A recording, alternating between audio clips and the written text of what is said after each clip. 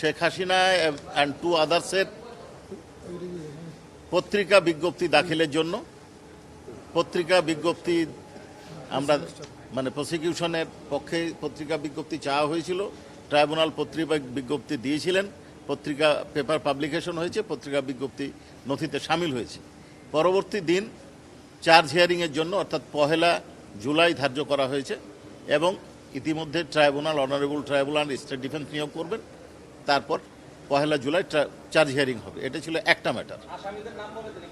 আসামি ছিলেন বা আছেন এই মামলায় সাবেক প্রধানমন্ত্রী শেখ হাসিনা, সাবেক স্বরাষ্ট্রমন্ত্রী আসাদুজ্জামান কামাল এবং সাবেক আইজিপি চৌধুরী আবদুল্লাহ আল মামুন।